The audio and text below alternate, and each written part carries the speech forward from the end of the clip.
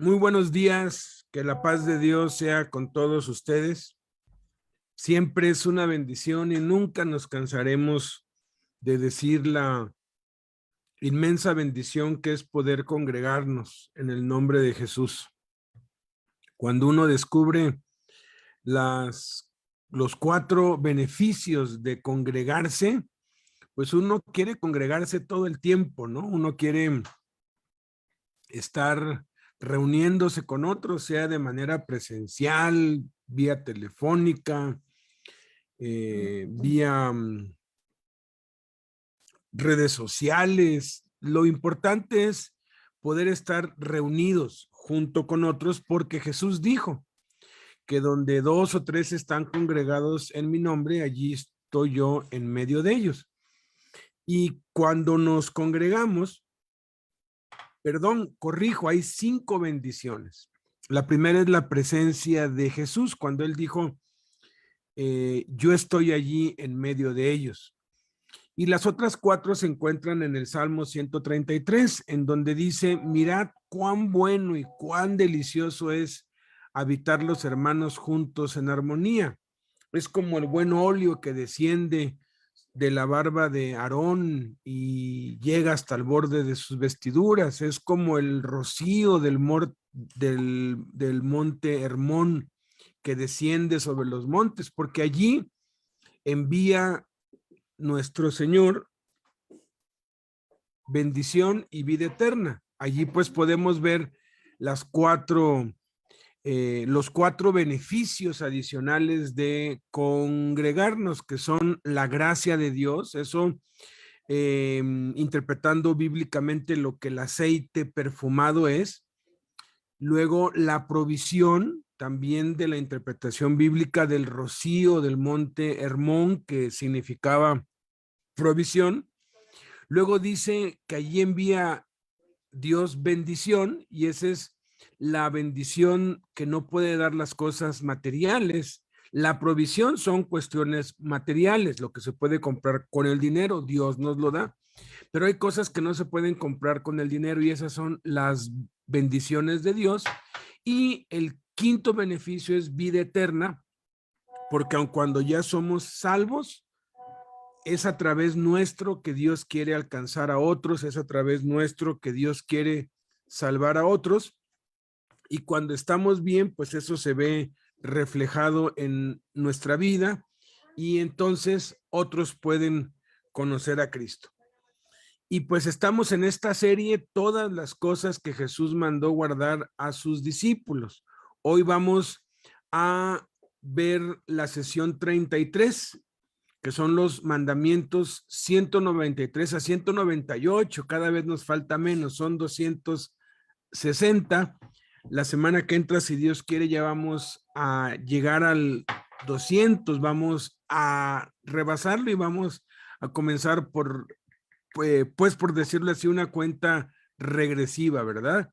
Hacia los 260, que si nos lo permite Dios, si Jesús no viene antes, si no nos toca partir, bueno, si nos tocara, pues alguien más sería a cargo, ¿no? Pero para finales de noviembre está pues planeado, si Dios quiere, poder acabar con esta serie.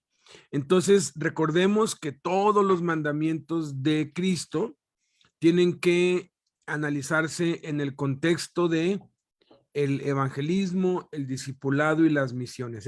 Es en ese ciclo. Cuando no se analizan de ese modo, entonces se malinterpretan las cosas, se puede uno desviar, se puede uno confundir, y por eso es que hay tantas, pues, herejías y tantas falsas doctrinas que han tomado la palabra de Dios fuera de contexto, y sobre todo las palabras de Jesús y los mandamientos de Cristo fuera del contexto, y han creado nuevas religiones, cuando lo que Jesús por encima de todo quiere es salvar al mundo, porque él vino a eso, a buscar y a salvar lo que se había perdido. Entonces vamos a continuar pues con la 193ª cosa que mandó Jesús.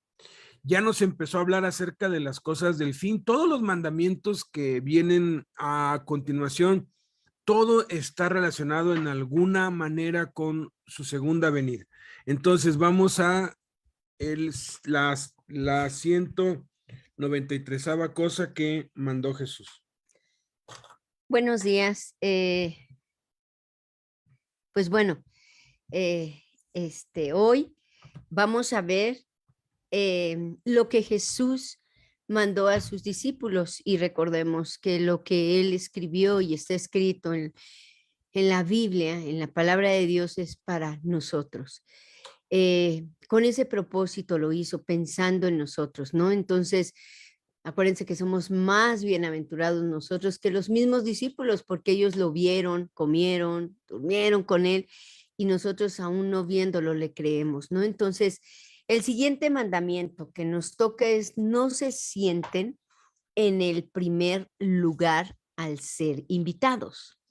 En Lucas 14:8, Jesús enseñó que no debemos ir a donde no nos inviten, y que si nos invitan, es preferible ir con una actitud de humildad y no pretender ser el más importante de la fiesta, ¿no? Porque el que se enaltece será humillado. Espiritualmente se aplica a que no nos creamos los mejores o los pioneros o los únicos, porque si no, Dios nos va a avergonzar. Para entender mejor este mandamiento, hay que conocer cómo eran las costumbres de las invitaciones a los banquetes en los tiempos de Jesús. En algunas partes del Medio Oriente, la costumbre de invitaciones dobles a un banquete se hace antes de la fiesta. Primero se envía una invitación y luego, cuando se acerca la fecha, se envía un sirviente para anunciar que todo está listo. Por ejemplo, el rey Asuero y Amán fueron invitados por Esther a una fiesta, y cuando todo estuvo preparado, los chambelanes del rey fueron a traer a Amán.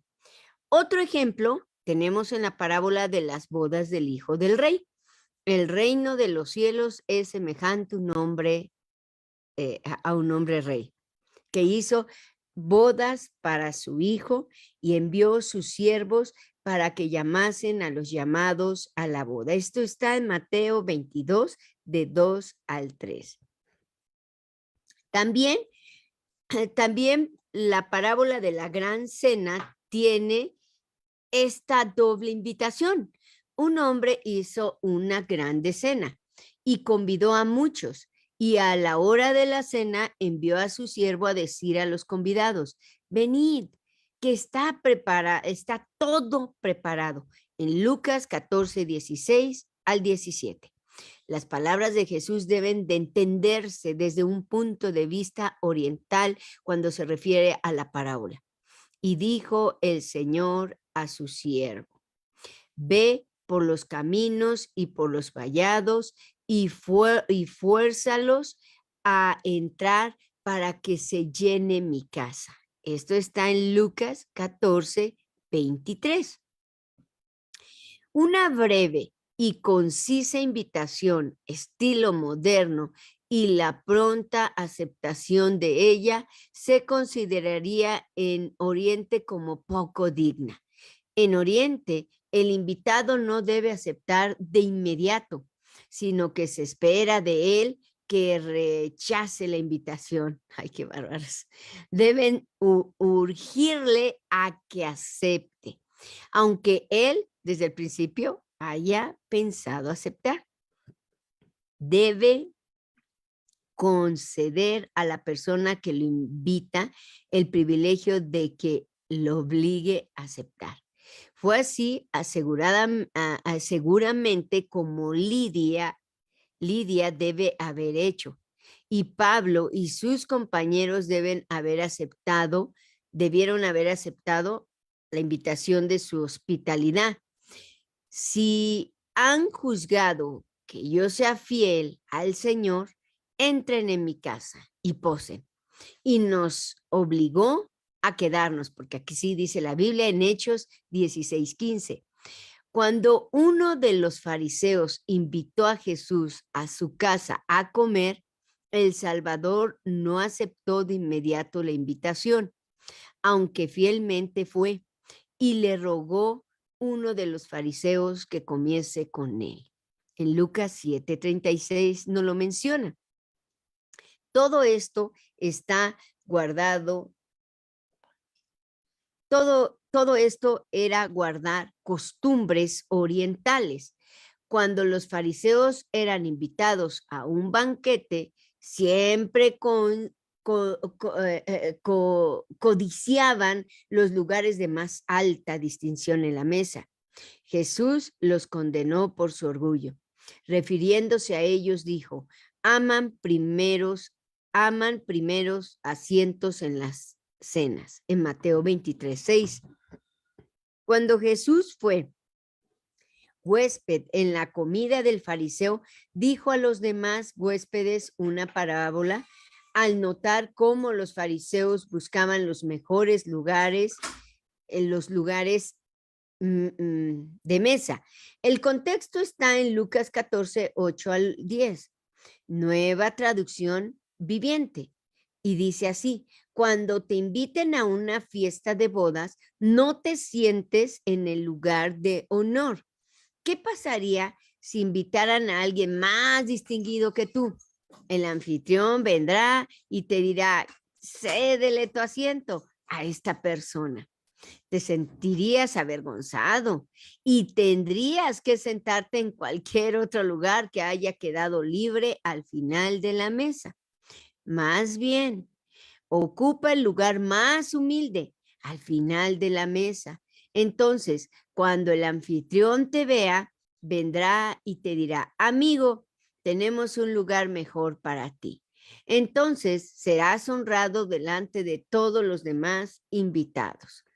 En muchos hogares orientales tienen un cuarto especial en el piso, más alto, donde a los invitados de honor se les asignan lugares y a los menos honrados se les coloca en el piso de más bajo nivel.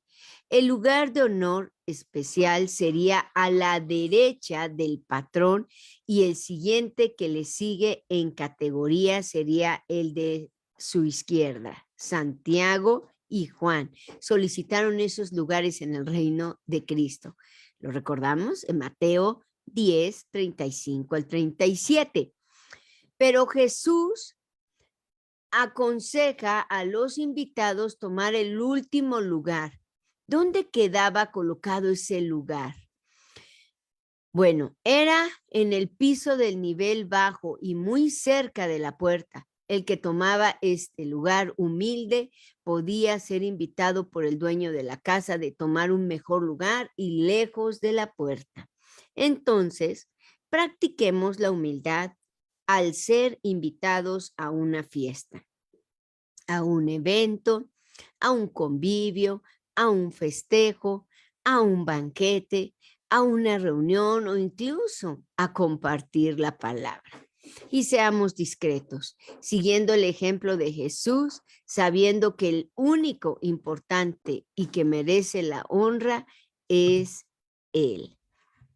En Lucas 14:12 dice: luego Jesús se dirigió al anfitrión: cuando ofrezcas un almuerzo o des un banquete, le dijo, no invites a tus amigos, hermanos, parientes y vecinos ricos. Entonces, aquí lo que Dios nos muestra es que la humildad depende de nosotros. Es un acto de obediencia para con nuestra vida. Es algo que Dios tiene que llevarnos a cabo y arrojarnos a ser humildes a través de la humildad. ¿Cómo es esto? Miren, cuando uno no es humilde y te pones en los primeros asientos cuando te invitan o cuando vas a una boda y estás al lado de los novios, a veces, y no sé si te ha pasado, a mí, yo lo he visto mucho cuando voy a las bodas, que lo primero que se ve es cuando empiezan a hablar y empiezan a acomodar a las personas y los pasan a otro lado. Recuerdo con una muy querida hija de, ¿cómo se llama el que falleció? Que iba a, su hija es Mari. Mari, sí. No, pero ¿cómo se llama? Aldama. Aldama. Con su hija Aldama, él, antes de que él falleciera, estábamos ahí en la boda. Y recuerdo que nosotros, pues, no sabíamos dónde sentarnos. Me senté de verdad, siempre me gusta sentarme entre más lejos. ¿Por qué? Porque o siempre voy al baño, o siempre pasa algo y no me gusta molestar o estar entre la gente, ¿no? Y recuerdo que cuando nos sentamos estaban vacías y empezó a llenarse y empezaron a mover a las personas. Recuerdo toda una mesa y dijeron, pero ¿ahora dónde? Porque ya estaba lleno. Empezaron a acomodarlos por todos lados y empezaron a reacomodar y en eso vienen con nosotros y nos dicen, por favor, allá les toca a ustedes. Y pues yo recuerdo que le dije, mira, aquí estamos bien. No, me dice, porque ustedes son los que los casan, por favor. Me insistieron, nos insistieron y nos pusimos ahí. A veces la humildad, y no a veces, uno debe de ser humilde. Recuerdo recién casada, tenía como 8 meses, 9 meses, no, como sí, un año de casada. Jaime nos invitó a un congreso de matrimonios en Puerto Vallarta, lo recuerdo. Y iban un matrimonio de Colombia, iba Jaime y Chela, íbamos nosotros. Y llegamos a un hotel de súper lujo, pero de súper lujo, chicos, de verdad, increíble. Ya nos dieron nuestras habitaciones, pues a tal hora nos toca comer y bajamos. Y yo vi que habían 2 divisiones y una línea. Habían del lado izquierdo mesas vacías y del lado derecho estaban todos los líderes de esta iglesia. Estaba hasta ahí Marco Barrientos, ¿verdad? Estaba Palemón Camus, o sea, estaban varios en ese tiempo. Y estaban ahí comiendo, ¿no? Entonces, yo me puse, como de costumbre, siempre me ha gustado hasta lo último, siempre. Y me puse ahí en la mesa última, porque no me gusta que cuando me levanto con toda confianza o toso, ¿no? Están mirando todos, no. Cualquier cosa, pues yo me paro y no molesto a nadie. Y estábamos ahí, recuerdo. Entonces, todos, pues ahí reunidos, pasaron que 2 días y estaban vacías aquellas mesas. Yo dije, bueno, ha de ser para el hotel. Llegaron todos los del Congreso, los invitados, los que pagaron, ¿va? Los que pagaron su boleto. Y llegaron todas las personas y ese día recuerdo que estaban los líderes de un lado, qué terrible de verdad, y del otro lado el pueblo, ¿no? Y yo me sentí tan mal que yo siempre, mi mamá siempre me enseñó esto, siempre, toda mi vida yo crecí con esto. Y yo me voy a los de al lado. Ya estaba lleno, pues nadie se iba a dar cuenta, ¿verdad? Nadie, entre paréntesis. Pero llegan y nos dicen, oigan, ustedes van del otro lado. Y yo le dije, muchas gracias, lo que pasa es que estamos aquí, ahorita vamos para allá. Nunca me fui.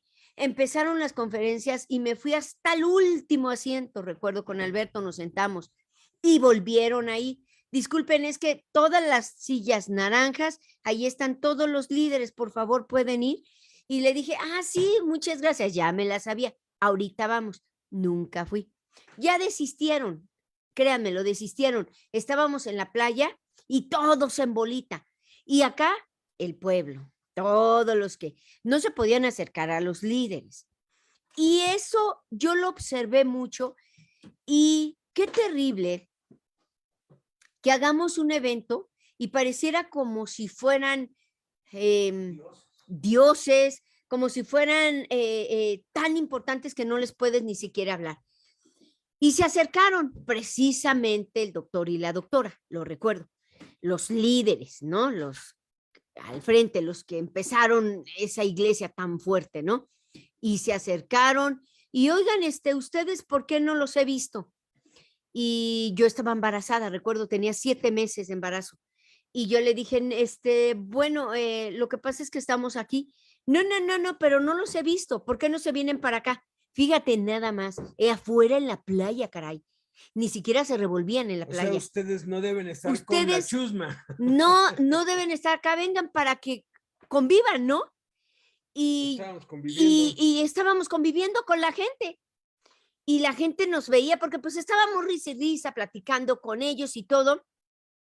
Y dice, es que yo creo que no nos convenció, que llegó a decir, es que quiero hablar con ustedes. Ok, me paré, agarré mi bolsita y Alberto y nos sentamos ahí estaban todos ahí, los líderes. Y nos dice, es que, pues yo quisiera ustedes, ellos fueron los que apostaron que Beto y yo, si Beto se casaba conmigo, o sea, se volvía a casar, que ni un año íbamos a durar. Ellos, exactamente ellos. Entonces, cuando nos acercan, en un camastro, ahí nos sentamos con ella, la doctora, y nos dice, es que, pues, ya que están aquí, me gustaría que fueran a predicar con los jóvenes. En ese tiempo se reunían como 500 jóvenes, eran demasiados. Pues una iglesia de más de 5,000 personas. Y Alberto dijo, sí, ok, no hay problema. Por favor, ve con mi secretaria, así dijo, y él te va a dar la fecha. Creo que es el secretario. Miren, lamentablemente, la humildad tiene que nacer de nosotros. Y si no, Dios nos hace humilde a la fuerza. Nos humilla poniéndonos a alguien mejor. ¿Cómo nos gustaría llegar a ser humildes? O por las buenas o por las malas. No hay otro camino. Y yo decidí por las buenas. Porque así, bendito mi Dios, que cuando me trae a alguien mejor y siempre me lo trae o me la trae, es porque Dios me quiere humillar para hacerme notar que no me la crea y que no soy la única en la tierra, sino que hay mejores que tú y que yo. Esto es lo que significa. No permitas en tu corazón envanecerte. Y hay que tener muchísimo cuidado cuando Dios nos da una revelación nueva, ¿no? O algo que no habíamos entendido antes, de pensar que somos los únicos, ¿no? No, hay miles, de verdad, gracias a Dios, hay muchos en el mundo, por todas partes, que están recibiendo no una revelación nueva, sino la revelación de que es lo original, que es lo que hizo Jesús, que es eso en lo que debemos enfocarnos, que no debemos andar perdiendo el tiempo con novedades y cosas así, ¿verdad? Con cosas que no están centradas, enfocadas en lo que enseñó Jesucristo. La 194ª cosa, en esa misma ocasión, en esa misma cena, pues en esa misma fiesta, en Lucas 14:12 dice, luego Jesús se dirigió al anfitrión, no invites a amigos, hermanos, parientes y vecinos ricos, pues ellos también te invitarán a ti y esa será tu única recompensa. Fíjense, eso está en la Nueva Traducción Viviente. Qué claro está, ¿verdad? Cuando alguien hace fiesta, de algún modo espera un pago, o con regalos, o con la invitación posterior. Además, invitan a las personas importantes y ricas, pero a los ojos de Dios, los importantes, según el mundo, para él no son nada. lo sublime para los hombres, para Dios es abominación. Nosotros a nuestros hijos no les hicimos fiesta de cumpleaños hasta que ya estaban conscientes. Y por ahí de los 5 o 6 años, cuando nos lo pidieran, pues, ¿no? ¿Por qué quienes hacen una gran fiesta para un niño de 1 año y el niño ni siquiera se entera, ¿no? No es fiesta para el niño, es fiesta para ellos. Y hay motivaciones allí que hay que revisar, pues, ¿no? Entonces, pues mi hijo mayor hasta los 7 fue que nos dijo, y yo le dije, mire hijo, tengo tanto dinero, lo usamos para que invites a tus amiguitos, hacemos una fiesta o te lo doy y te compras lo que tú quieras. Y él decidió desde la primera, dijo, no, pues yo pues con eso pues yo me quiero comprar algo, ¿no?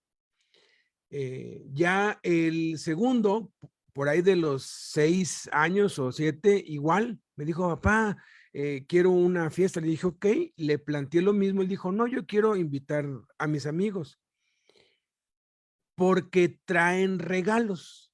Y pues sí, te invitan a una fiesta, tienes que llegar con un regalo. Es una descortesía, pues llegar al cumpleaños de un niño y no llegar con un regalo. O sea, de algún modo, tú estás pagando la invitación, ¿no? Entonces hicimos ya su fiesta y todo, y él emocionado, se juntaron todos los regalos y ya cuando los estaba abriendo, tenía una cara como de enojado, como de molesto, y dijo, tan bien chafas los regalos, dijo, para el próximo año mejor voy a pedir el dinero. Y desde entonces han hecho eso. Claro, aquí les hacemos pues un pastelito, les cantamos las mañanitas, oramos por ellos, los llevamos a comer algo que les gusta. O sea, ahora sí que entre pues nosotros, ¿no? Y siempre les damos opción. Si quieres, usamos el dinero que tenemos para la fiesta para que te compres lo que tú quieras o hacemos una fiesta, ¿no? Miren, Jesús enseña que la hospitalidad no debe limitarse a tales fiestas y banquete, que hoy en día se asemejan a las bodas, 15 años, cumpleaños, celebraciones, aniversarios, etcétera. Jesús no está condenando, ni prohibiendo, ni censurando esas fiestas. Claro que no, no está mal, porque hay quienes se van a los extremos, ¿no? Pero sí está claramente desalentando los motivos ostentosos e interesados, las actitudes egoístas y convenencieras, y obviamente el endeudarse para presumir o aparentar delante de la familia y la sociedad. A veces las fiestas de los hijos son más para uno presumir y quedar bien con la familia o con los vecinos que con los hijos. Y la verdad, si tu hijo es el que cumple años, pues con el que debes quedar bien es con él, porque es su cumpleaños. Entonces, tienes que darle la opción y no dar por hecho que eso es lo que quiere y tú hacer esa fiesta para que, tú quedes aquí bien, ¿no? Porque hay muchísimo de eso. Hay quienes hacen grandes fiestas para poder cerrar tratos o negocios, o para sacarle provecho a alguien, o para presumir o competir. Las motivaciones equivocadas pueden ser muchas y muy diversas, porque a veces hacen una fiesta más grande que la que el cuñado hizo, ¿no? No, el cuñado les puso brincolín y payasos, pues yo les voy a poner mimos y voy a poner dos, o sea, es como una competencia insana a veces entre los parientes y los vecinos, ¿no? De pues querer ser más, ¿no? De pues querer dar más. Y eso a los ojos de Dios no está bien. Por lo general, en las fiestas y celebraciones ostentosas se está queriendo mostrar exteriormente todo de lo que se carece interiormente. Se está buscando agradar a los demás, la aprobación de los invitados, ser el centro de atención o buscar el aprecio o afecto de los demás. Por ejemplo, de lo que se ha podido comprobar a través de los siglos, las parejas cuyas bodas son demasiado ostentosas y costosas siempre terminan mal. La boda más famosa del mundo fue la boda del príncipe Carlos y Lady Diana, Lady Di. Costó 135 millones de dólares. ¿Cuál fue el resultado de esa boda? Escándalos, pleitos, adulterio, infelicidad, divorcio y algunos aseguran que hasta asesinato. Por otro lado, también se ha podido comprobar a través de los siglos que la mayoría de las parejas cuyas bodas fueron sencillas, sin ostentaciones, sin alardes, sin endeudamientos, la mayoría salió adelante en sus matrimonios y prevalecieron a través de los años como pareja y familia. Otro ejemplo son las grandes fiestas para celebrar el cumpleaños de un hijo, lo que les comentaba hace un rato, sobre todo cuando cumplen 1 o 2 años. Esas fiestas no son hechas para agradar y bendecir al hijo o la hija, sino para agradarse a sí mismos y para agradar a los invitados. En vez de gastar todo ese dinero que a veces no tienen y que por lo general se endeudan, se debería pensar en la educación y futuras necesidades de los hijos. Otro ejemplo son los aniversarios de las iglesias, en los que se gasta demasiado dinero para apacentarse a sí mismos y presumir, y en cuyas celebraciones se hace mucha acepción de personas, como les contaba Blanquita. De hecho, en los aniversarios es en donde más, porque ahí llegan los famosos, invitan al presbítero y al superintendente y al obispo y un montón de títulos. Jaime dice que una vez fue un aniversario que le invitaron y estaban allí presentando a los invitados distinguidos, ¿no?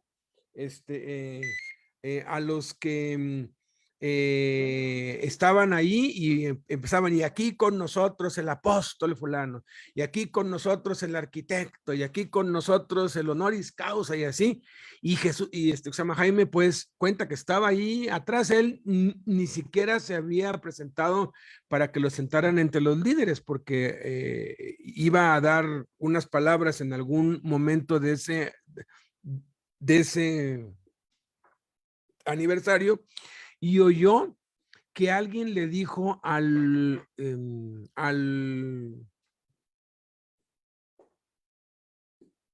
oído en ese auditorio grande, alguien que estaba sentado atrás, le dijo al oído esto: mira qué tan alto han llegado.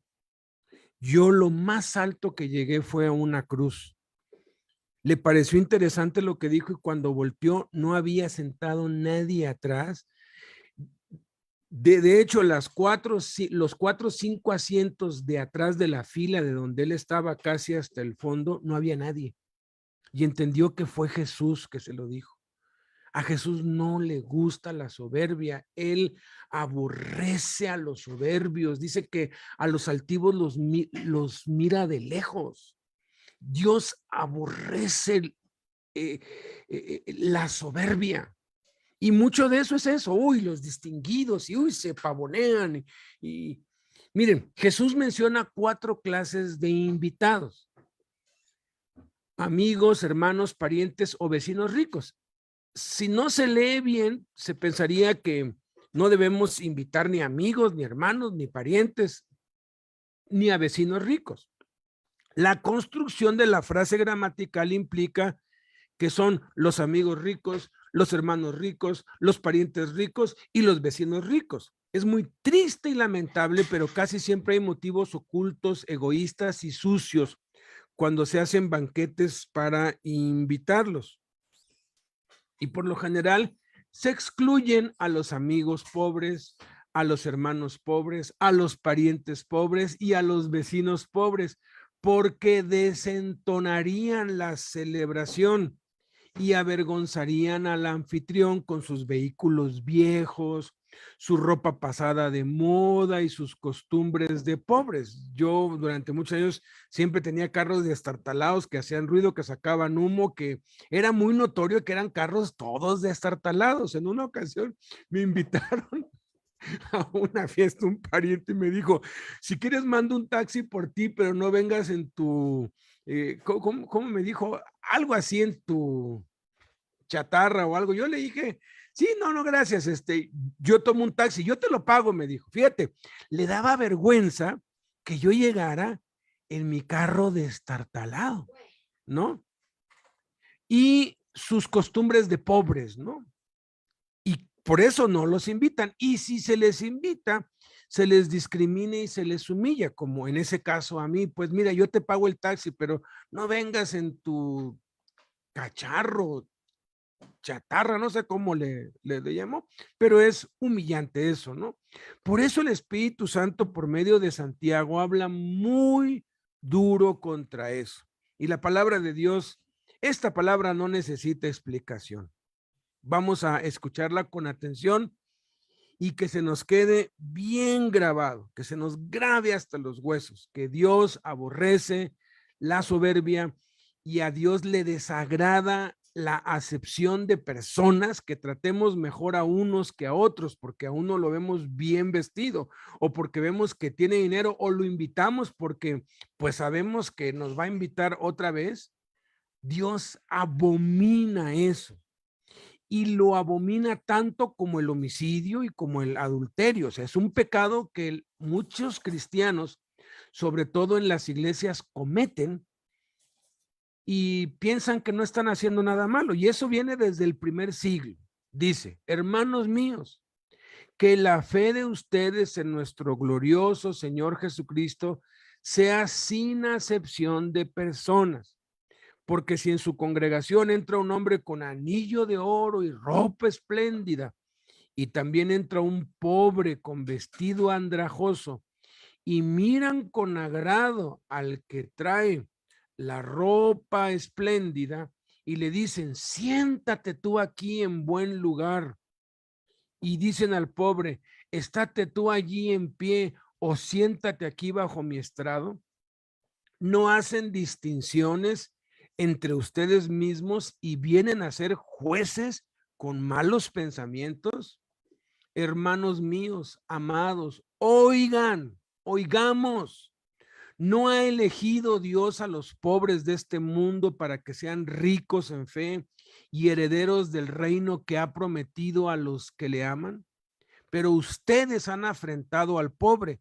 ¿No los oprimen los ricos y no son ellos los mismos que los arrastran a los tribunales? ¿No blasfeman los ricos el buen nombre que fue invocado sobre ustedes? Si en verdad cumplen la ley real conforme a la escritura, amarás a tu prójimo como a ti mismo, bien hacen. Pero si hacen acepción de personas, cometen pecado. Si hacen acepción de personas, cometen pecado y quedan convictos por la ley como transgresores, porque cualquiera que guardare toda la ley, pero ofendiera en un punto, se hace culpable de todos. Puede ser que tú digas, no, pues es que yo ya no me drogo, ya no me alcoholizo, ya no adultero, ya no robo, pero ¿qué tal haces acepción de personas? Y eso se ve en las fiestas, ¿no? O sea, cuando tú hagas una fiesta, y bueno, yo espero que eh, cuando yo entendí esto, yo dije, ¿por qué gastar tanto en una fiesta, tanto dinero, si lo podemos usar para los pobres? Por eso es que en Fundación Emanuel jamás hemos celebrado un solo aniversario, jamás. eh, eh, Nunca hemos hecho una fiesta en donde celebremos el veintitantos año, pues, que ya llevamos.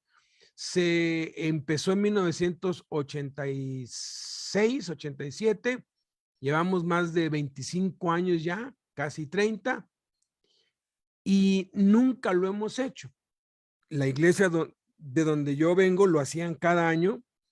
Cuando ya pues conocí a Jaime y empecé a trabajar con él, la iglesia donde estábamos también celebraba.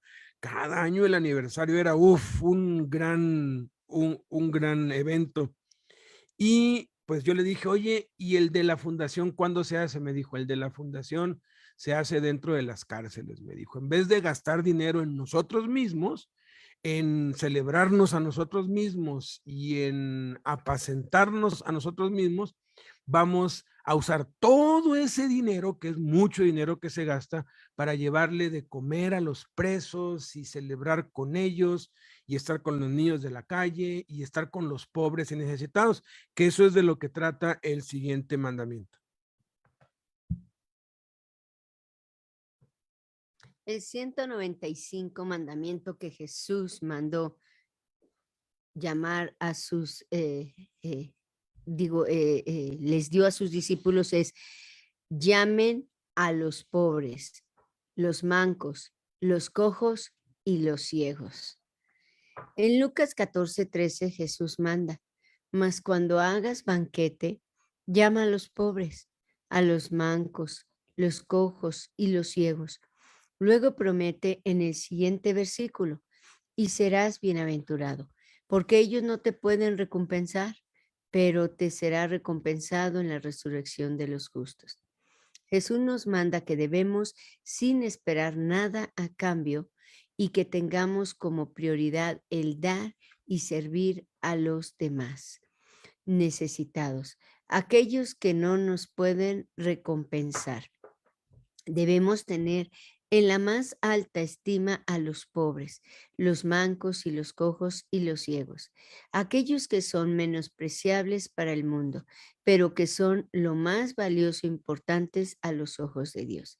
Servirlos a ellos es servir a Jesús. Más claro no puede ser Jesús. Su forma de ver el mundo, la vida, es totalmente distinta a la nuestra y a la de todos por todas las generaciones. Él no busca reconocimiento de ninguna clase, ni protagonismo, ni querer agradar a los hombres. Él ni siquiera busca nuestra gratitud y tampoco que lo pongamos en un pedestal. Por eso dijo: gloria de los hombres no recibo. Si nos manda que lo adoremos y glorifiquemos, no es porque Él necesite nuestra adoración, porque Él es Dios y no necesita nada. Nos manda a adorarle porque es lo mejor para nosotros, porque es lo único que puede saciar nuestra necesidad espiritual y emocional. Jesús ha venido a salvarnos. Con eso está feliz. Si realmente queremos alegrar a Jesús, halagarlo y congraciarnos con él, no le hagamos fiestas, ni templos, ni estructuras pomposas y lujosas, mucho menos sacrificios.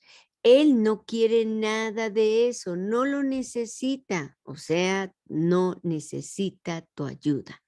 En vez de esforzarnos tanto en eso, hagamos su voluntad y obedezcámosla. Eso es todo. Como él mismo dijo: si me aman, guarden mis mandamientos. Por lo que sucede en lo que hacer su voluntad sí nos cuesta. En cambio, todo lo otro no, porque es por nuestro capricho, nuestro deseo, nuestra satisfacción, nuestra vanagloria. Pero al Señor no podemos engañarlo ni se contenta con menos. Él ha venido a salvarnos. Lo demás no interesa. Cuando des un banquete, llama a los pobres, a los lisiados, a los cojos, a los ciegos, y serás dichoso porque no te pueden corresponder. Nos duelen tal vez estas palabras. Nos duelen tal vez estas palabras, es que no tenemos que darle más vueltas al asunto. Enfoquémonos en lo que debemos. No nos distraigamos ni nos salgamos del camino que ya bastantes piruetas innecesarias hemos hecho. Concentrémonos en lo importante. Cuando lleguemos a comprender estas palabras, nos daremos cuenta que todo lo demás es trivial e innecesario. ¿Para qué perder tiempo en lo trivial e innecesario? Vámonos al fondo, vayámonos al fondo. El problema está en que muchos nos distraemos y perdemos en lo secundario. Hagamos como Jesús, no busquemos gratitud ni distinciones de ninguna clase. No amemos de boca solamente, hagámoslo el propósito de obrar bien, sin esperar nada a cambio. Es más, hagamos el bien precisamente a quien sabemos que no tiene como correspondemos ni compensarnos. Como dice el mandato, llama a los pobres. ¿Qué son los pobres? ¿Los pobres son los que tienen dinero?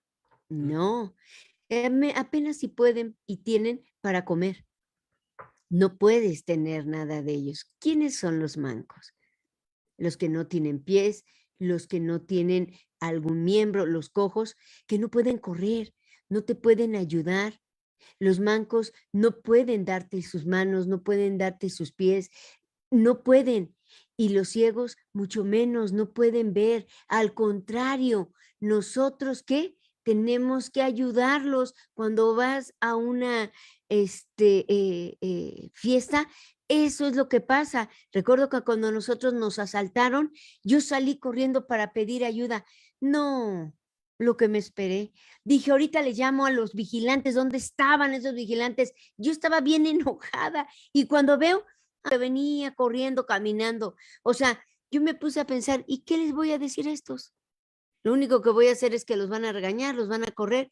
¿Qué le pasó, señorita? Pues ya después como de 15 minutos llegaron, de que caminaron, o sea, a lentitud. Eso pasa. ¿Qué significa? Que hagamos y nuestras fiestas sean para dar, no para que nos den. Eso es lo que significa. Los pobres, los mancos, los cojos y los ciegos no te pueden ayudar. Al contrario, tú tienes que ayudarles para que el ciego baje un escalón. A ver, aquí hay un escalón. Cuidado, a la derecha, a la izquierda, los diriges. Eso es lo que Jesús quiere, que en las fiestas que hagamos veamos la necesidad tan grande que tiene la gente y que no miremos la opulencia, sino que miremos los corazones para ayudar a cada uno de ellos. Lo que nos pide Jesús es totalmente contrario a la lógica y costumbres mundanas. Todos queremos diplomas, monumentos, discursos, aplausos, reconocimientos o cuando menos gratitud. ¿Cuántas veces lo reclamamos? En cambio, Jesús no los quiere y nos pide que hagamos lo mismo. No, casual, única u ocasionalmente, sino intencional y a propósito. Dicho de otro modo, debemos planear y dirigir nuestros actos con el propósito de servir a quienes no tienen como correspondernos ni agradecernos. Más aún, alegrémonos que así sea, que no nos agradezcan ni correspondan, porque entonces sí seremos recompensados en el cielo. Esto es lo que enseña Jesús al mandarnos esto. Esforcémonos por hacer su voluntad, solo así seremos recompensados en la eternidad. Este es el estilo de vida que el Señor quiere para nosotros, amados hermanos, de sus amados hermanos, perdón. Todo cuanto podamos hacer por los más pobres y los menos favorecidos, le dará más gloria a Dios que el oro, los monumentos, templos y cuanto homenaje podamos querer hacerles. Pongamos todo en orden que corresponde. Primero Dios, pero no podemos llegar a Él si no es por nuestros hermanos. Amémonos los unos a los otros como Él nos ha amado. Amémonos sin condiciones, sin esperar nada a cambio. Si todo el dinero que la iglesia gasta en templos y edificios, en homenajes y aniversarios se usara en obediencia a este mandamiento, se habría ganado para Cristo a grandes multitudes, pues más del 85% de la población mundial es pobre y se honraría de verdad a Dios. Miren, nuestra actitud en este mandamiento es la actitud. porque yo puedo ser muy humilde por dentro y puedo ser muy arrogante por fuera.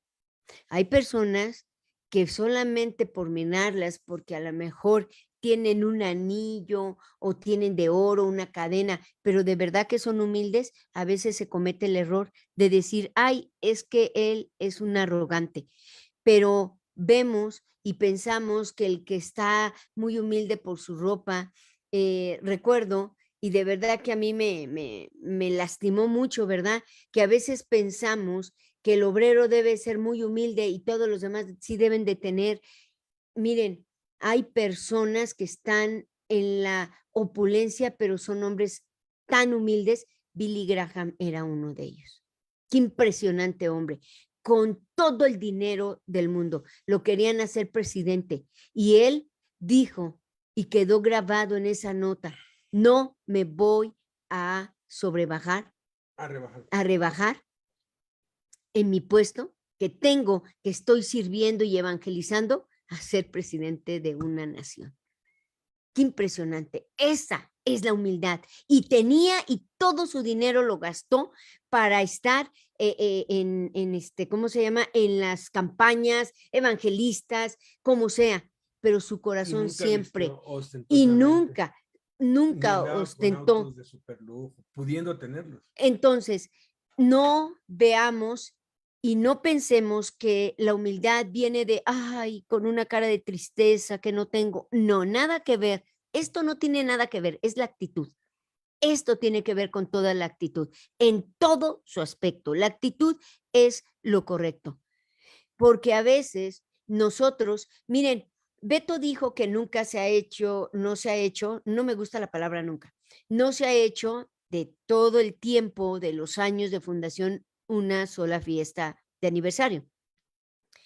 Pero he analizado las cosas y cuando yo empecé a trabajar ahí, empecé a ver detalles, regalos, yo apartaba para las autoridades y luego hay cursos en la Junta de Asistencia donde te dicen, tienes que dar diplomas, tienes que dar a tus donadores. Y miren, yo dije, vamos a empezar a hacerlo, vamos a hacer esto, vamos a cambiar el otro y acá y allá.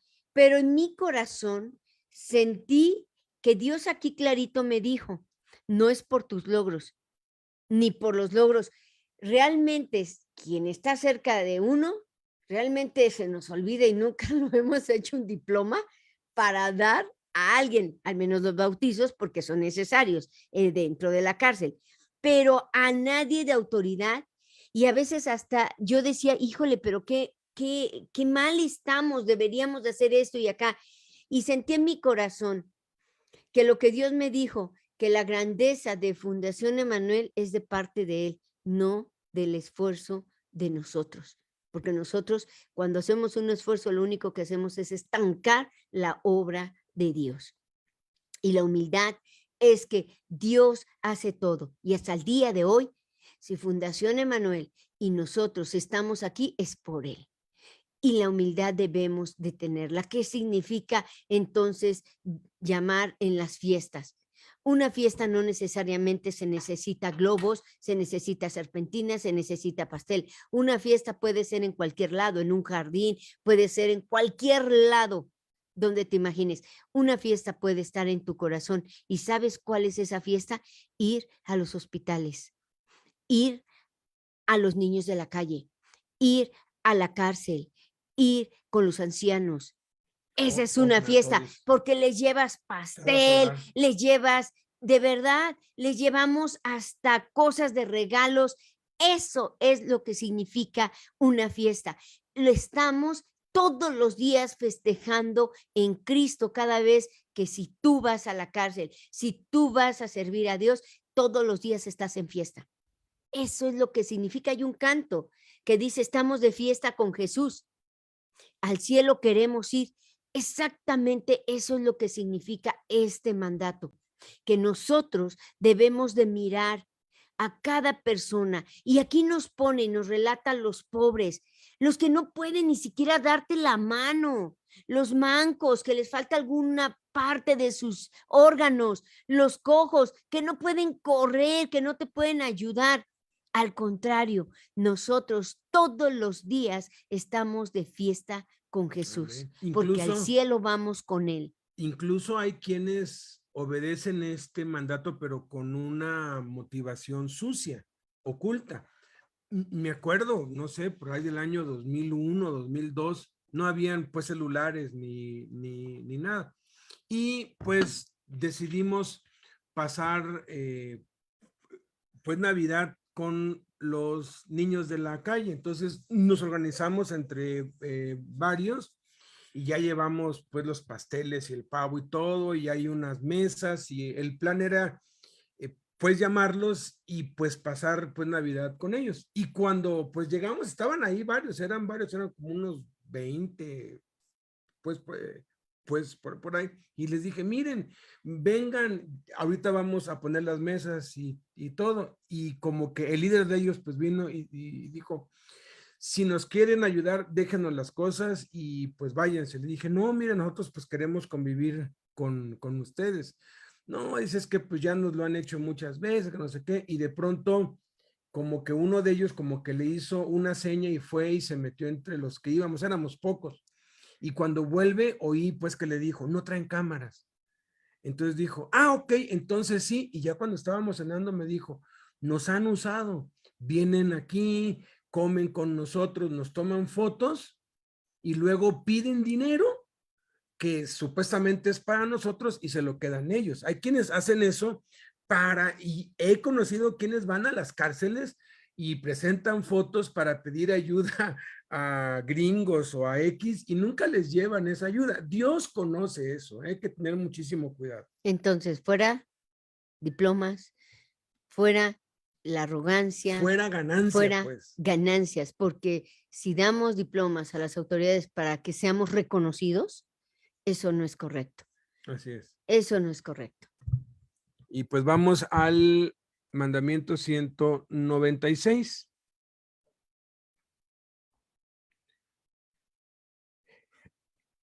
Todo relacionado con su segunda venida. Aquí está diciendo, cuando yo vuelva, pues, si quieres ser recompensado, en esta tierra empieza por ayudar a los pobres, que así vas a ir acumulando.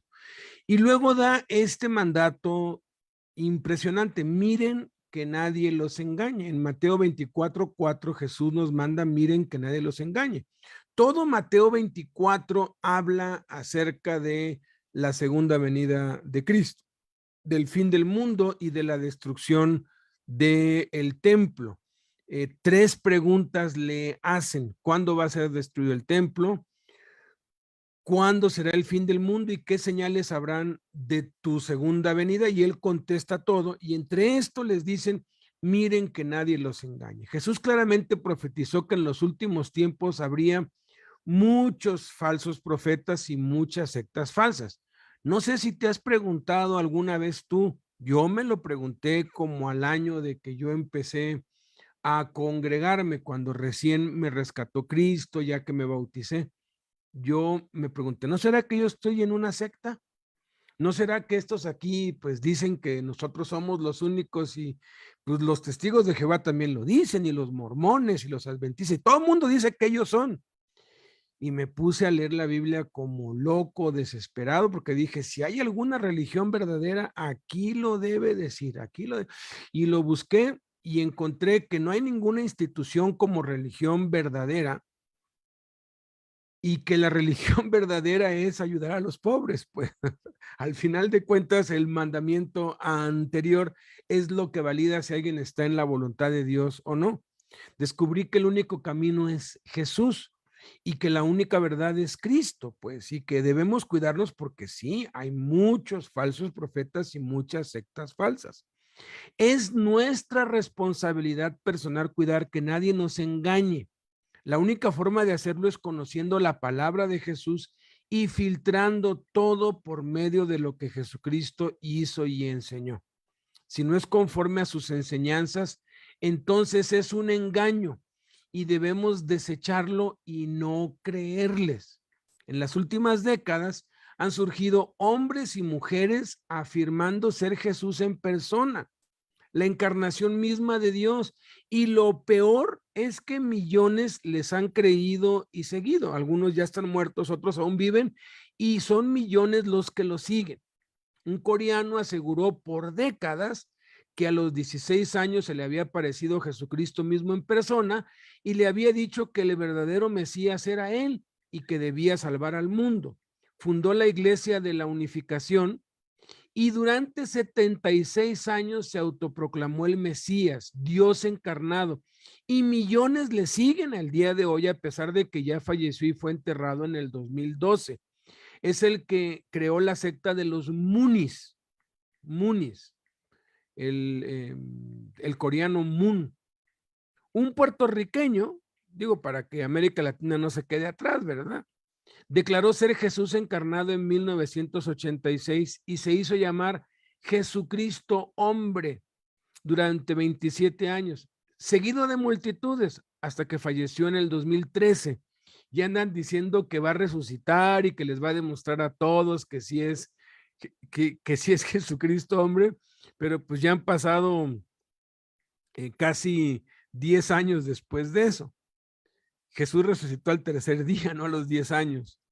Según el estudioso Christophe Bourseiller, autor de la obra Los falsos mesías, publicada en 1993, han existido en la historia 160 autoproclamados mesías y o Dios encarnado entre el año 100 antes de Cristo y el año 1993, y han sido disidentes de las tres religiones principales: cristianismo, islam y judaísmo. Fueron seguidos por multitudes y fundaron sectas que han desaparecido con el tiempo, y todos ellos han muerto. Hoy en día, en esta década, en el año 2022, mientras estoy hablando, hay al menos 12 personas que aseguran ser Jesucristo, aseguran ser la encarnación de Dios en la tierra, y tienen miles de seguidores y han fundado sus propias religiones. La Iglesia del Último Testamento en Rusia, por cierto, el que se proclamaba aquí que era Cristo está preso. Le encontraron ahí fraudes y escándalos sexuales, y es intolerante el gobierno ruso con eso. La Iglesia restauracionista en Filipinas, el líder, cada uno de estos, el líder dice que es Jesús, ¿eh? La Iglesia Shinrikyo en Japón, hay un japonés que dice que él es Dios. La Suprema Orden Universal de la Santísima Trinidad en Brasil, también ahí hay uno que dice que él es Cristo. La Gran Hermandad Blanca está en Ucrania, es una, fíjense, es una mujer. Aquí es una mujer la que dice que es Jesucristo. La Iglesia del Dios Único Mitsuo en Japón, la Iglesia de la Rectitud en Nuevo México, la Iglesia de la Divina Verdad en Australia, la Iglesia de los Israelitas Perdidos en Kenia, la secta de Mitchell en Utah, Estados Unidos, y la Iglesia del Dios Todopoderoso en China, que es una mujer que vive en una cueva. Hace años, pues Blanquita y yo estábamos así medio aburridos y me dijo, ¿por qué no buscas pues películas cristianas? Yo le puse películas cristianas y de pronto encontramos un canal entero como con 20 películas nuevas de la Iglesia del Dios Todopoderoso. Dijimos, wow, qué bendición. Nos las vamos a ver todas y empezamos a ver una. Miren, ni a los 20 minutos dijimos, algo no está bien. Y seguimos avanzando. Y efectivamente, la Iglesia del Dios Todopoderoso es una secta donde hay una mujer china que vive en una cueva que dice que ella es Jesucristo. Investigamos un poco más y así es, y qué impresionante, de veras, qué engaño. Tengan cuidado, disciernan las cosas. ¿Por qué es absurdo creer cualquier declaración de cualquier persona que diga que es Jesús o Dios encarnado? Por la simple y sencilla razón de que la palabra de Dios dice que cuando Jesús vuelva a la tierra, todo ojo lo verá, porque vendrá en las nubes y todos los seres humanos lo veremos descender del cielo. Yo no vi descender del cielo a Jesús en mis 58 años de vida que yo tengo. No lo he visto descender del cielo. Entonces, esa mujer en China que vive en una cueva, pues no es Jesús, no puede ser Jesús, porque cuando Jesús se manifieste, va a ser volando en el cielo y todo ojo le verá. No te dejes engañar, por eso dice, miren que nadie los engañe. Lo más triste es que multitudes son engañadas porque ignoran las escrituras, no conocen el evangelio de Jesucristo. El Espíritu Santo advirtió muy severamente al respecto por medio de Pablo. No se dejen mover fácilmente de vuestro modo de pensar, ni se conturben, ni por espíritu, ni por palabra, ni por carta, como si fuera nuestra, en el sentido de que el día del Señor está cerca. Nadie los engañe en ninguna manera. Esto está en segunda a los Tesalonicenses, capítulo 2, versículos del 1 al 3. A mis amigos en la cárcel, cuando de pronto empiezan a creer doctrinas falsas, yo sí me molesto y les digo, oye, pasaste de ser un, eh, un delincuente y un matón a ser un bobo y un tonto. ¿Cómo es posible si pues antes no te dejabas de nadie? No te dejabas y hay de aquel que quisiera abusar de ti porque no te dejabas y sacabas la metralleta y hacía, ahora sí que no te dejabas, porque ahora te dejas engañar, porque ahora viene alguien y te dice ahí unas cuantas cosas en hebreo y en griego y ya estás ahora sí que creyéndole ciegamente. No te dejes engañar.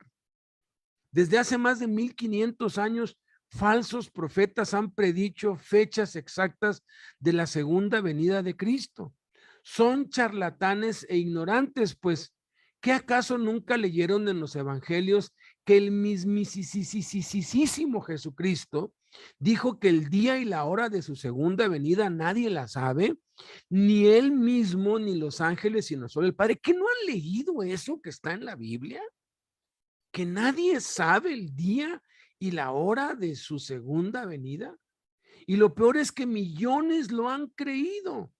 ¿Por qué? Porque tampoco conocen la escritura, tal y como Jesús reprendió a los fariseos cuando les dijo que ellos cerraban porque ignoraban las escrituras, y como dijo el Espíritu Santo, el pueblo de Dios se pierde porque le falta conocimiento. Veamos algunas falsas predicciones de fechas de indoctos e inconstantes que torcieron las escrituras para su propia perdición. Hay más, ¿eh? Los puse en orden cronológico, ya no añadí, ya hay de veras, qué vergüenza, qué vergüenza, qué vergüenza, qué vergüenza. Líderes reconocidos a nivel mundial, de los nuestros, pues, o sea, de los que toda su vida han llevado una sana doctrina, y empezaron a decir que pues ya, que pues, con la, pues, que pues con la pandemia, uno dijo que Jesús iba a venir en el 2021 y ya le falló, y es un líder a nivel mundial. Otro dijo que no, que es en el 2022 que empieza lo del anticristo y quedan 7 años, o sea que para el 2029 se va a acabar el mundo. ¡Qué vergüenza! ¿Qué no han leído? Pues que Jesús dijo que nadie sabe. Cualquiera que dé una fecha aproximada está mal. Yo he oído a incluso líderes importantes que han dicho, no, Jesús vuelve otra vez en menos de 10 años o antes de 20 años vuelve. Ya estás dando una fecha. Jesús puede venir ahorita o se puede tardar 1000 años y se le pega su regalada gana, porque el Padre es el único que tiene potestad y no nos toca a nosotros. Jesús dijo, no les toca a ustedes conocer los tiempos y las potestades, los tiempos que Dios puso en su propia potestad. Ustedes evangelicen, testifiquen y ya dejen de perder el tiempo en eso. Y perdónenme por hacerles perder el tiempo en esto, pero creo que es importante tener esto claro y no dejarnos engañar. Vamos en orden, ¿no? Hipólito de Roma, Sexto Julio Africano y San Irineo predijeron que el fin del mundo y la segunda venida de Cristo sería en el año 500. Vamos en orden de predicciones, ¿no? El Papa Silvestre aseguró que sería el 1 de enero del año 1000.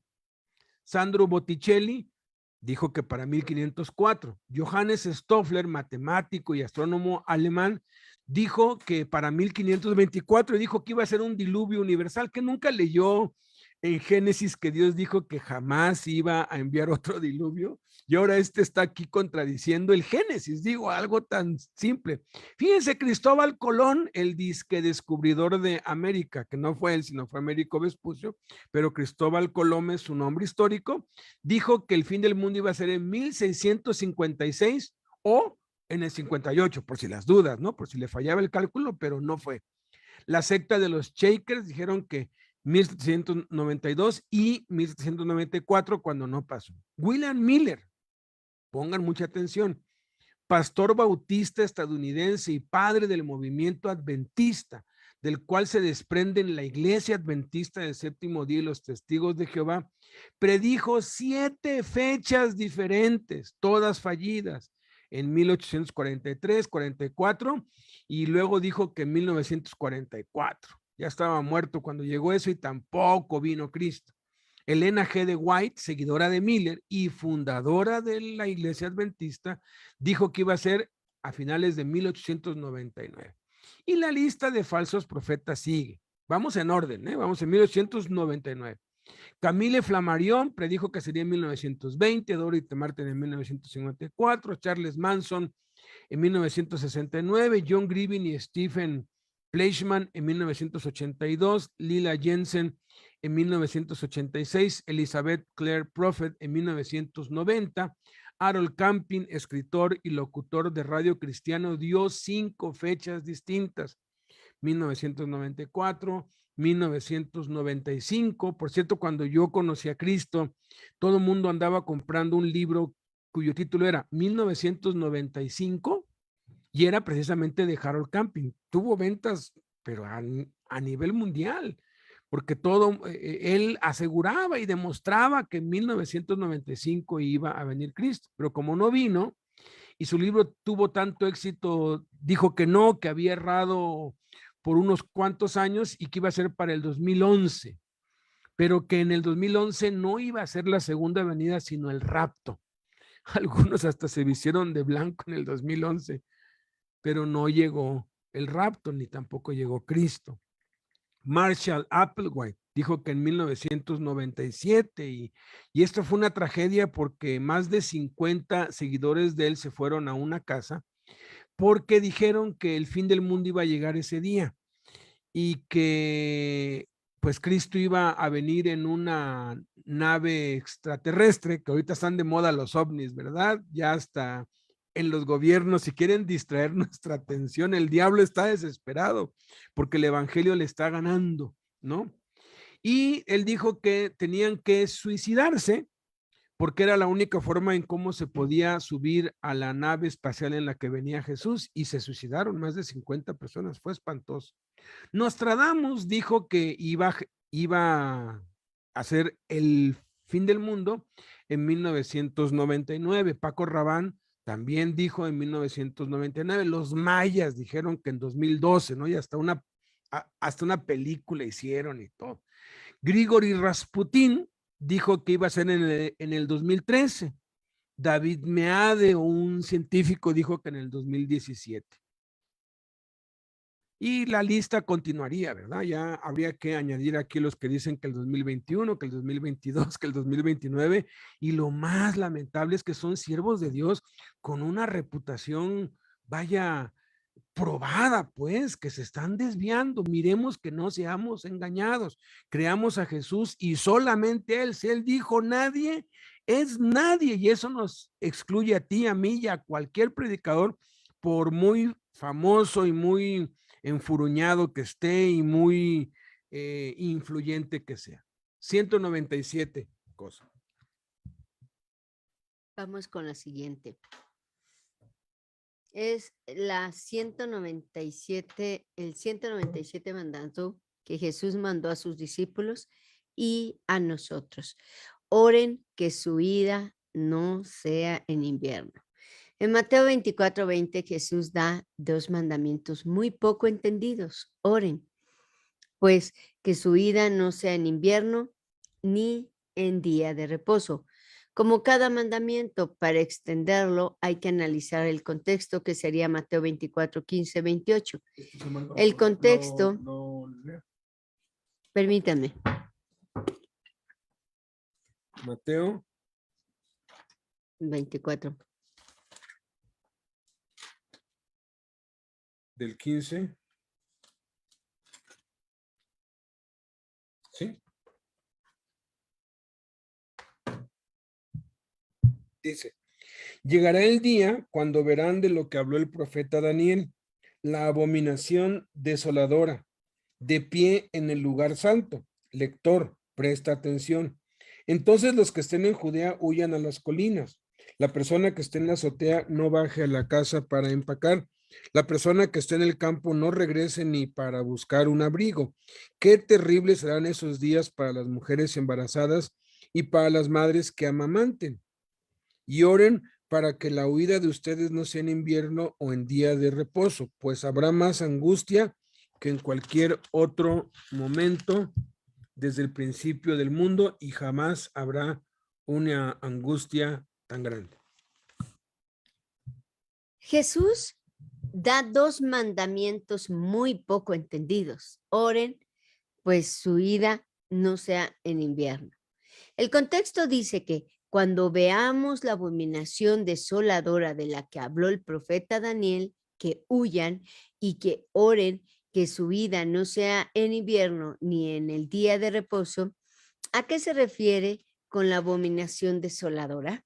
La referencia de Jesús fue una profecía dada originalmente a Daniel 12:11 y desde el tiempo que se ha quitado el continuo sacrificio hasta la abominación desoladora habrá 1290 días. La raíz hebrea para abominación es shagat, la cual significa estar sucio, detestar, aborrecer. Se usa principalmente para descubrir prácticas de adoración idolátricas, especialmente las más ofensivas en cuanto a un sentido de decencia y moralidad. La palabra equivalente del Nuevo Testamento significa detestable.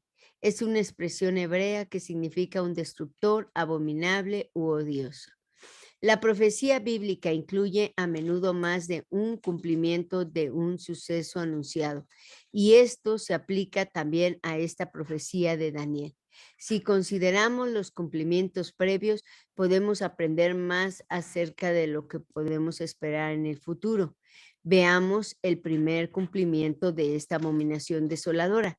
Daniel profetizó que un sucesor de uno de los generales de Alejandro el Grande pondría una abominación desoladora en Daniel 11:31. El gobernante griego Antíoco Epifanes fue el rey del norte que cumplió esto. Él proscribió toda forma de adoración judía y otras prácticas, incluyendo la circuncisión, fueron prohibidas bajo pena de muerte. Ordenó que se ofrecieran sacrificios a varias deidades paganas. Después, en 167 a.C., colocó un altar al dios griego Zeus en el templo de Dios en Jerusalén. Ordenó que se ofrecieran animales inmundos en este altar nuevo, profanando así el lugar santo. Esto fue abominable, aborrecible y detestable al pueblo judío y fue el primer cumplimiento de la abominación desoladora. Un segundo cumplimiento ocurrió en el año 70 después de Cristo, cuando los ejércitos romanos destruyeron la ciudad de Jerusalén y una vez más el templo y el altar fueron profanos. Esta vez el edificio del templo y el altar fueron destruidos y no han sido reconstruidos desde ese tiempo hasta el presente. Lucas 21:20 identifica a los ejércitos como la causa de la desolación de Jerusalén en el año 70 después de Cristo. Este evento también parece ser el precursor de un evento similar que sucederá poco antes del regreso de Cristo. A Daniel, el profeta a quien se refirió Jesús, le fue dicho en una visión que las palabras que le habían sido dadas estaban cerradas y selladas hasta el tiempo del fin. Daniel 12:9. y que desde el tiempo que se ha quitado el continuo sacrificio hasta la abominación desoladora, habrá 1290 días. Daniel 12:11. Presumiblemente, el conteo regresivo de días es hasta que Cristo regrese. O sea, que aquí vemos otro cumplimiento de la abominación desoladora todavía por ocurrir. También debemos notar que este versículo que menciona la colocación de esta abominación desoladora también declara que los sacrificios diarios deben ser quitados, puesto que los judíos no están ofreciendo sacrificios diarios.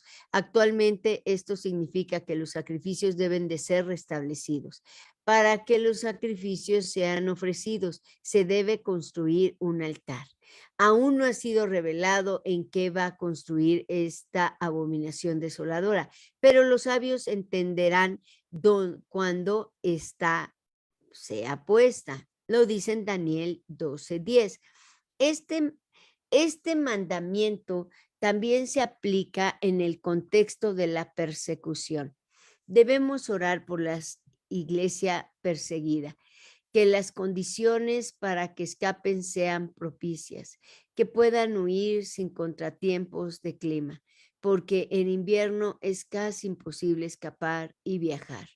Oremos por la iglesia perseguida en todo el mundo y si nos tocan los acontecimientos del fin del mundo, velemos en todo tiempo, orando que seamos tenidos por dignos de escapar de todas estas cosas que vendrán y de estar en pie delante del Hijo del Hombre. Oren que su vida no sea en invierno. ¿Por qué invierno? El invierno tú te preparas para que venga el invierno. Esto lo que quiere decir es un mandato que podemos evitar. Por eso Él nos da la salida. Oren. Cuando viene el invierno, tú ves la temporada. ¿Y qué hace la gente? Se prepara. Cuando neva, en lugares donde neva, se preparan hasta en las escuelas. No hay clases y se preparan para darles en todo el año, antes de que venga el invierno, se preparan en darles las clases. Se preparan los que trabajan, se preparan en abastecerse en su propia casa y tener provisiones, tener, por ejemplo, en Rusia, en Siberia, es uno de los países más, no puede llegar uno a vivir en Siberia y las personas a las orillas que viven se dotan se llenan, se abastecen de alimento, de chocolate, que es el que más usan para calentar el cuerpo por dentro, de ropa impermeable, que no que es caliente. O sea, nos preparamos para el invierno. No te preparas para la primavera, no te preparas para el otoño, nunca te preparas para el otoño. Lo que haces es que cambies de ropa. Si es primavera, te pones una ropa cálida, una ropa sin mangas, una ropa suave para que no te dé calor. ¿Por qué el invierno? Porque el invierno, si no te preparas, puedes quedarte ahí. Ahora sí, como dicen, hasta tieso, ni siquiera te das cuenta de esa enfermedad que es que los huesos no los sientes, empiezas a no sentir nada y duermes. Nosotros debemos prepararnos como el invierno. ¿Qué significa? Lo que significa es que en nuestras vidas debemos prepararnos para que si Él viniera el día de hoy, nosotros estamos listos para irnos con Él. ¿Cómo está tu vida? Lo que vimos en la palabra en hebreo. Es algo horrible, horripilante, es algo sucio, asqueroso. Bueno, nuestra vida debe de vivirse conforme a prepararnos como el invierno. ¿Y qué significa? Que debemos de vivir correctamente. Si yo necesito en invierno cierta ropa cierta leña, cierta aire acondicionado en mi casa, alimento porque llegan a no salir, esto significa que estemos listos para la persecución, que estemos listos para los últimos tiempos, que no nos caiga de sorpresa, porque lo podemos evitar. Hace 8 días vimos y va consecutivo, cada mandato va agarrado de la mano, como la cadena, eslabón tras eslabón. Vimos las vírgenes, las 10 vírgenes, las insensatas y las sensatas. Esto es precisamente la continuación. Oren que su ida no sea en invierno. Entonces, lo que debemos de hacer es pedirle en este tiempo, decirle, Señor, líbranos de que nuestra huida no sea en invierno. Cuando yo oraba esto y cuando yo oraba por mis hijos, a mí, Blanca, y lo vuelvo a repetir, a mí, Blanca, a mí, no es para que lo tomen ustedes o si quieren, no es una enseñanza, no. A mí Dios me habló a mi corazón cuando yo oro por mis hijos y les digo, y le digo a Dios, Señor, líbralos en Puebla, líbralos del volcán, que cuando ellos estén en clase, no, el volcán no haga erupción. Y sentí en mi corazón que él me decía, esto es lo que significa que oren, que su vida no sea en invierno. ¿Cómo? Sí, Señor, que mi huida no me tome de sorpresa. Señor, que cuando tú vengas yo esté listo. Eso es lo que significa, porque yo le decía, Señor, líbralos. Y efectivamente, Dios me los libra. Oh, Señor, que no haya ningún terremoto y en ese edificio, Padre, líbralos. O sea, estoy orando que su ida, que la desgracia no caiga en su vida. Esto es lo que significa. Ora que tu vida no sea en invierno. Señor, líbrame de que vaya a caer en pecado y tú vengas por tu iglesia. Líbrame de que mi corazón se enaltezca y que tú vengas y que yo me quede. Señor, líbrame. Líbrame, porque es un mandato. Si nos pide orar es porque lo podemos hacer y lo podemos evitar.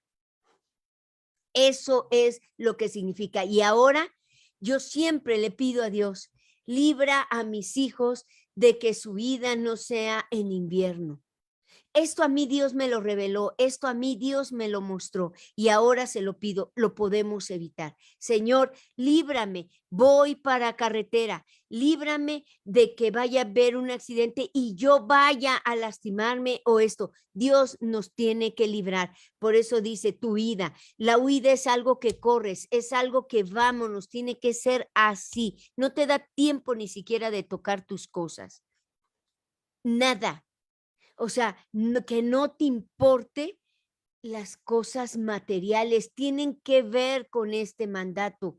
No te importe nada que esté a tu alrededor, nada de tus posesiones. No te aferres, porque si nuestra huida es en invierno, tenemos que prepararnos. Si es el tiempo del invierno, prepararnos para ese invierno, porque Cristo viene por nosotros. A lo mejor no lo sabemos cuándo venga, porque ni siquiera aún dice solamente el único que sabe es Dios mismo, ni los ángeles, nadie sabe. El único que sabe cuándo va a venir por su iglesia es Dios, quien lo sabe. Y eso significa, la huida es que no te aferres a este tiempo, no pongas tus ojos aquí, no lo hagas, porque yo he visto series, por ejemplo, estoy viendo una que increíble serie del secuestro, que fue muy famoso con una francesa que fue involucrada, que lamentablemente le involucraron y no tenía nada que ver, ¿cómo se llama ese? Donde ellos corren y salen despavoridos. Todo, miren, si aún el que delinque el que está delinquiendo, el que está haciendo cosas malas, está huyendo porque sabe que lo va a venir la ley. Así dice Dios que nuestra huida no sea en invierno, o sea, que no salgamos despavoridos para decir es que no lo supe, sino que Dios nos está diciendo orar. Y si Él nos dice orar, eso es lo que yo hago. Yo oro que mi huida no sea en invierno. Hazlo. Ponlo en tu boletín, ponlo en tus peticiones diarias. Esto es un mandato que Él dice. Oren, porque la huida es algo que nos va a agarrar de sorpresa de la noche a la mañana. Agárrate, o sea, es así en un abrir y cerrar de ojos. ¿Y cómo quieres?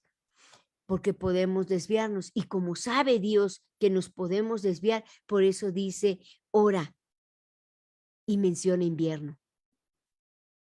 Toda persona se prepara para el invierno. Nunca te preparas para el otoño, nunca te preparas para la primavera, para el verano. Al contrario, ya tienes ropa y es muy fácil y práctica de tenerla, pero el invierno es difícil. El invierno sí te puede quitar la vida. Entonces, nuestra huida no sea en invierno, como lo dice aquí. Oremos por los perseguidos, oremos por la gente que está siendo perseguida, oremos por las iglesias clandestinas, porque ahora en este siglo están muriendo más que en los tiempos que Jesús estuvo de los mártires. Ahora es cuando más mártires hay en todo el mundo, hasta en Chiapas, en Oaxaca, los matan por Hidalgo. ser cristianos. Hidalgo los queman. Esto no es algo que ignoremos, sino que oremos que nuestra huida no sea en invierno, y esto es personal, que tu huida, o sea, tú empieza contigo.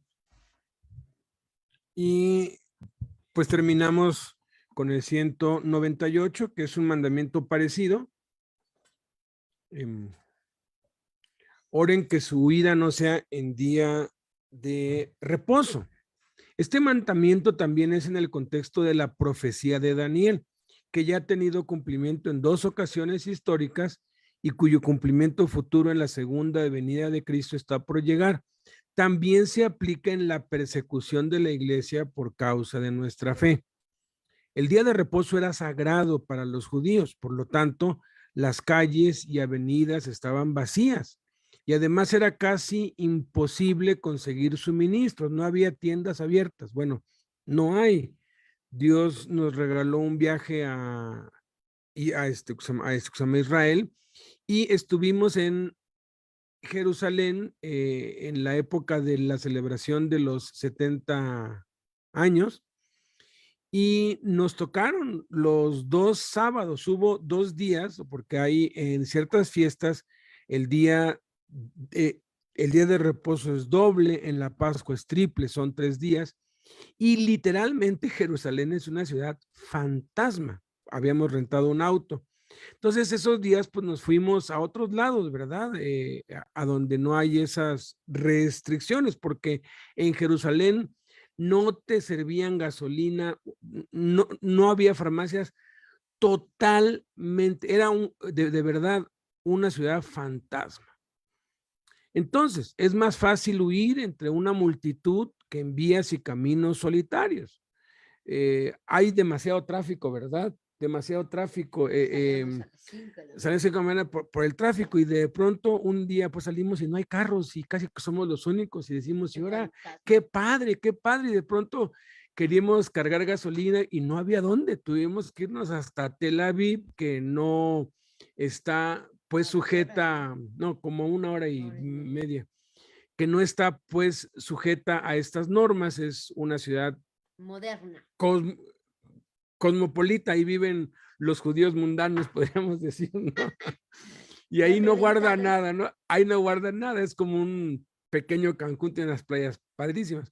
Pero obviamente aquí está hablando de esto, ¿no? De fiestas nacionales. Oremos que la iglesia perseguida no sea atacada en los días de fiesta nacionales o religiosos, porque eso dificulta su escape y los haría presa fácil de sus perseguidores. Dios manda que cuando nos persigan, huyamos.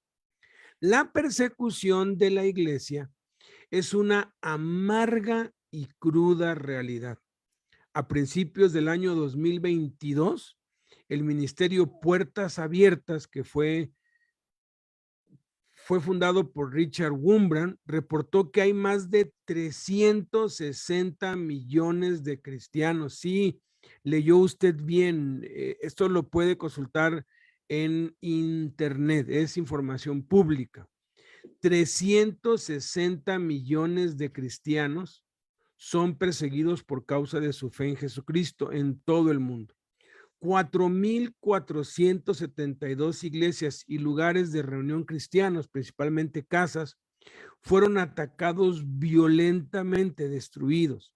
En el año 2011 murieron más de 150,000 cristianos por su fe y se estima que asesinan entre 150 y 200,000 cristianos en el mundo por causa de su fe en Cristo en países musulmanes, Corea del Norte y China principalmente. Tristemente, solo se pueden corroborar y documentar entre 5 y 7,000 asesinatos, porque los gobiernos retienen la información y la mayoría de los asesinatos quedan impunes en esos países, pero no delante de los ojos de Dios, para quien es preciosa la muerte de sus santos y quien tiene un lugar privilegiado en el cielo para todos los que mueren por causa de su fe debajo de su trono. Cuando morimos creyendo en Cristo, nos lleva nuestro espíritu con nuestra alma, porque el espíritu y el alma están juntos, al cielo delante del trono de Dios, pero quienes mueren por su fe son llevados debajo de su trono. Hay un altar, tienen un lugar privilegiado. Sin embargo, hay personas valientes y llamados a servir a la iglesia perseguida, entre los que figura el ministerio Puertas Abiertas y el periodista Fernando de Haro. Este hombre es impresionante, ¿eh? Ha viajado por países de todo el mundo para documentar la persecución de los cristianos, principalmente en Irak, Siria, Egipto, India, Líbano y Nigeria, países en los que arrecia la persecución, en los que hay un genocidio en marcha reportado, principalmente por víctimas sobrevivientes y sus familiares. Si creíamos, o por lo menos yo creía antes de conocer y documentarme de esto, que los genocidios ya habían terminado y que el último genocida fue Adolfo Hitler, estamos atrasados de noticias. Después de Adolfo Hitler, que causó la muerte de 20 millones de personas en la Segunda Guerra Mundial, matando a 6 millones de judíos, y se le conoce como el genocida más grande del mundo, no es cierto. Stalin, con el comunismo, asesinó de sus compatriotas a más de 60 millones. Si le buscas, tienes que rascarle, porque luego hay unas páginas en Google que no tienen información confiable acerca de los genocidas más grandes de la historia. Te vas a hallar con que el genocidio más grande se cometió por los reyes de España cuando, entre comillas, conquistaron América. Mataron por millones a indígenas por todo México, Centro y Suramérica. El punto es, pues, que los genocidios siguen el día de hoy y es contra los cristianos. Muy lamentablemente, hicieron falta el asesinato de cientos de miles de cristianos para que la prensa mundial lo tomara en cuenta. El periodista aseguró lo siguiente en una entrevista. Textualmente lo que él dijo: es verdad que hace algunos años había un prejuicio informativo ante la persecución de los cristianos. En cierto modo persiste, pero ahora no hay medio nacional o internacional que no destaque una masacre de coptos en Egipto o un asesinato que tome como pretexto la ley contra la blasfemia de Pakistán. Se ha ido imponiendo cierta evidencia. La persecución es tan desgarradora que no se puede dejar de denunciar el modo brutal en el que en algunos rincones del mundo lo hacen. Continúa diciendo el periodista Fernando de Haro. Los medios occidentales tienden a minusvalorar la cuestión porque lo consideran un problema ideológico, acaso moral.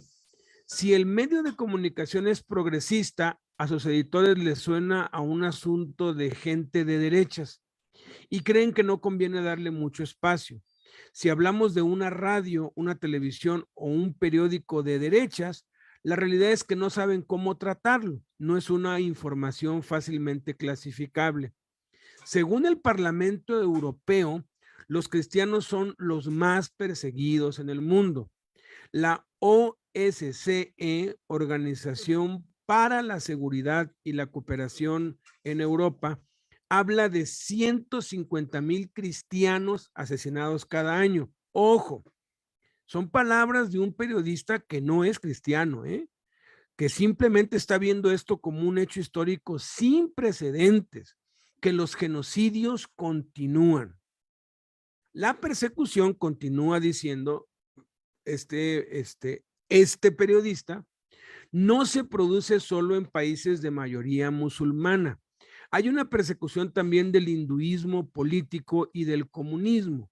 El patrón de comportamiento se repite en las zonas del planeta a las que me he asomado, dice, Oriente Próximo, Asia y África.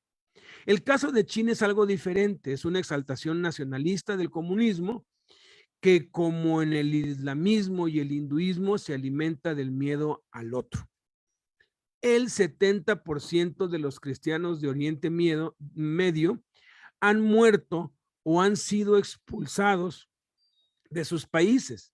El caso de Siria e Irak es paradigmático. Una próspera comunidad cristiana iraquí de 1,5 millones de personas ha quedado reducida a 450,000 personas. Estamos hablando aquí del genocidio de más de 1 millón de personas. Más del 70% de los cristianos iraquíes han sido obligados a huir del país. Por otra parte, la población cristiana de Siria ha pasado de representar el 30% en la década de los años 20 del siglo pasado a menos del 10% en 2015, lo que sitúa a esta comunidad al borde de la extinción en su propia patria.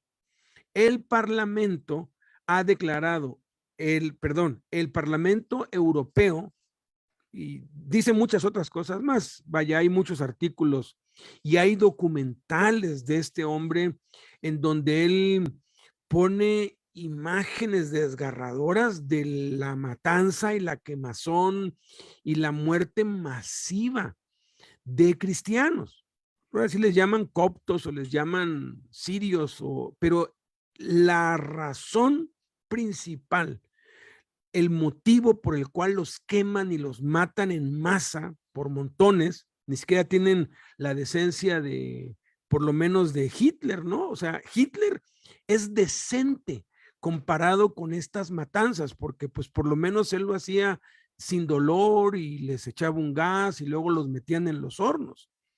Estos hijos de Satanás están matando brutal y bestialmente a millones.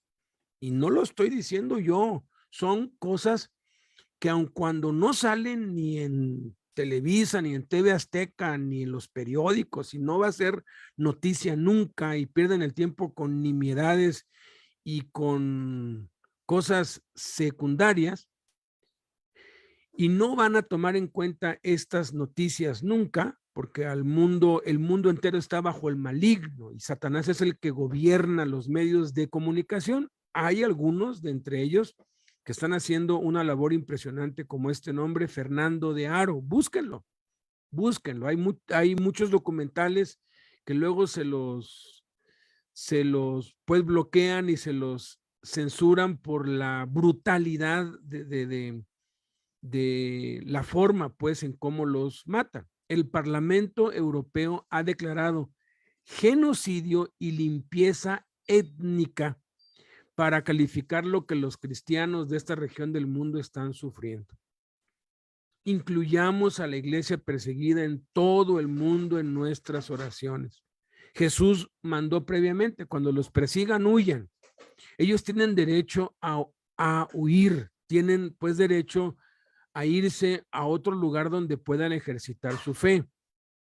Estados Unidos se fundó de puros cristianos perseguidos. En Europa vino una ola de persecución de parte del Vaticano que fue muy sangrienta. Matanzas, pero al por mayor. Y empezaron a huir, a huir, a huir. Y esos inmigrantes peregrinos que llegaron a Estados Unidos huyendo de las matanzas y la persecución, fundaron la nación que hoy, bueno, era hasta hace un poco la nación más poderosa del mundo. Incluyamos a la iglesia perseguida, que puedan escapar, que puedan huir, que sean protegidos sobrenaturalmente y puedan huir en condiciones favorables y emigrar a salvo, porque hay unos reportes horribles de cómo se hunden los botes o los hunden o cómo llegan a una playa y en esa playa pues la próxima ciudad está a muchísimos kilómetros y los mismos que los persiguen les bloquean cualquier ayuda, derriban los aviones que quieren enviar alimentos y la gente se muere de hambre o se muere de que se enferman y hay fotos y testimonios de verdad desgarradores. Ahora, lo que para nosotros es lo peor, para Dios es lo mejor. Pablo dijo, para mí el vivir es Cristo y el morir es ganancia. Lo que para nosotros es la peor tragedia, para Dios es lo más glorioso, porque preciosa es a Dios la muerte de sus santos. Y cuando alguien muere, pues Dios lo recibe en su gloria si es que creyó en Cristo. Y obviamente todas estas multitudes, todas estas migraciones que aseguran los expertos, que en toda la historia no había habido una migración tan numerosa y tan grande como lo hay ahorita de los países musulmanes, de la India, de China hacia Europa. Y la gran mayoría de los que huyen son cristianos y son perseguidos por causa de su fe. Y las noticias no te lo dicen, no te lo dicen. ¿Por qué? Porque el diablo controla eso. Pero gracias a Dios, porque hay quienes, aun cuando no son escuchados y aun cuando lo que pues difunden no llega a las masas, sí llega a nuestro corazón y aun cuando es muy poco aparentemente lo que podamos hacer, nuestras oraciones pueden hacer la diferencia en las vidas de nuestros muy amados hermanos que lo han perdido todo y que tienen que estar huyendo del asesinato, de las torturas violentas de parte del diablo que utiliza, como ha utilizado siempre a los que persiguen a los cristianos. Oremos y si nos toca, que Dios nos libre, no estamos exentos de que nos pueda tocar una persecución, que nuestra huida no sea en día de reposo. Oremos. Recordando siempre que el propósito de los mandamientos de Jesús es evangelizar, discipular y enviar. Todo es en este contexto. Padre, te damos muchas gracias por los mandamientos que nos has dado el día de hoy. Si te amamos, dijiste, bendito Jesús, guarden mis mandamientos. Eso es lo que tú quieres. Tú no quieres fiestas, tú no quieres homenajes, tú no quieres templos ni edificios, tú no quieres nombramientos, tú no quieres honores de los hombres. Tú lo que quieres es obediencia y obediencia a tus mandamientos. Y los pobres están en una situación muy especial en tu corazón. Y aquellos que han sido desplazados y que están siendo perseguidos. Han quedado en la pobreza extrema porque han perdido todo, ni siquiera tienen un lugar en donde vivir y están buscando refugio en donde sea que les den. Padre, que nuestras oraciones principalmente estén con ellos, que todos los días cuando oremos los recordemos, porque sí se hace una diferencia cuando oramos. Y Padre, que lo que tenemos a la mano, que podamos honrarte, ayudando a los pobres, a las viudas, a los huérfanos, a los mancos, a los cojos, a los ciegos, cuidando que nadie nos engañe, cuidando que no nos desvíen de la sinceridad de la fe hacia ti, Señor. En el nombre de Cristo Jesús, y que sigamos evangelizando para discipular y para enviar, a fin de evangelizar, discipular y enviar. Amén. La paz de Dios sea con todos ustedes. Muchas gracias. Nos vemos en la tarde, primeramente Dios, para la reunión de líderes. Bendiciones y muchas gracias por haber estado aquí. Hasta luego. Gracias.